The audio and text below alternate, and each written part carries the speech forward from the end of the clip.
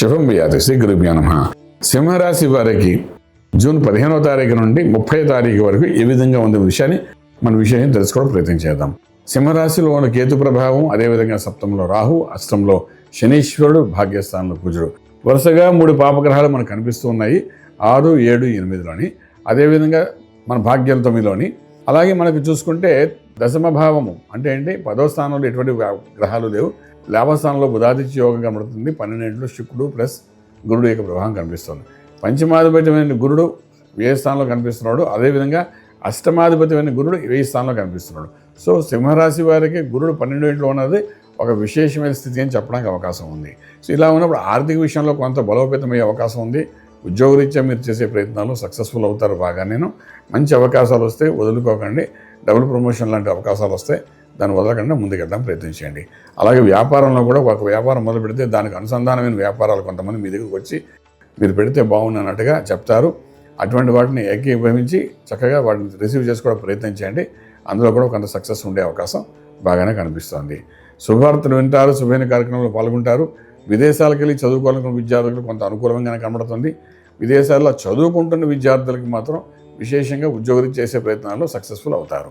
ఇది ఒక రకంగా ఉంటే శుభవార్తల్లో వివాహము, గృహప్రవేశం, శంకుస్థాపన ఇటువంటి కార్యక్రమాల్లో పాల్గొనడానికి చేసే ప్రయత్నాలలో ప్రక్రియలన్నీ ఆరంభమవుతాయి. సక్సెస్ఫుల్గా ముందుకు వెళ్తారు. అలాగే భూమి పూజ, శంకుస్థాపన పూజలు కూడా కొంచెం వరకు శ్రీకారం చుట్టగలే అవకాశాలు ఉన్నాయి. లోన్ల కోసం బ్యాంక్ కోసం ప్రయత్నం చేస్తే డెఫినెట్గా సక్సెస్ఫుల్ అవుతుంది. ఇంటికి కావాల్సిన లోన్ కూడా మీకు వచ్చే అవకాశాలు బాగానే ఉన్నాయి. కోర్టు వ్యవహారాలు కొన్ని బయటపడే అవకాశాలు ఉన్నాయి. అందులోనే అవుట్ ఆఫ్ కోర్టు సెటిల్మెంట్స్ కూడా జరిగే అవకాశాలు బాగానే కనిపిస్తున్నాయి.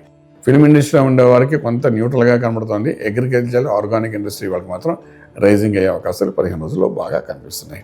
ఏదైనప్పటికీ అల్టిమేట్గా మనం అడిగేది ఏంటంటే ఆరోగ్యమే మహాభాగ్యం అనుకుంటాం. కాబట్టి ఆరోగ్య విషయానికి వచ్చినప్పుడు సప్తమంలో ఉన్న రాహు, అష్టంలో ఉన్న శని, భాగ్యంలో ఉన్న కుజుడు, ఈ 3 వరుస పాపగ్రహాలు 3 ఏవైతే ఉన్నాయో ఇవి ఒకదానికొక అనుసంధానమే కొంచెం మానసిక ఒత్తిడి తీసుకొచ్చే అవకాశం ఉంటాయి.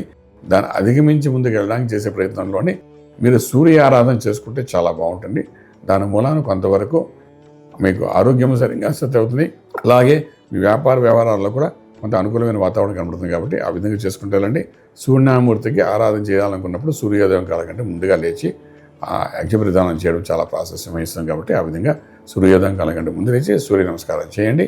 డెఫినెట్గా దాని ఫలితం విశేషంగా ఉంటుంది. రాజమార్గంలో రాజ్యం పొందగలుగుతారు. శుభం వ్యాధి.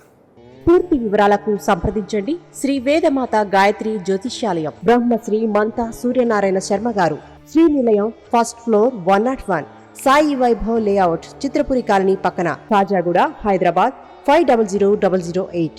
సంప్రదించవలసిన ఫోన్ నంబర్ 8855559147, 8855559148, 9849996644.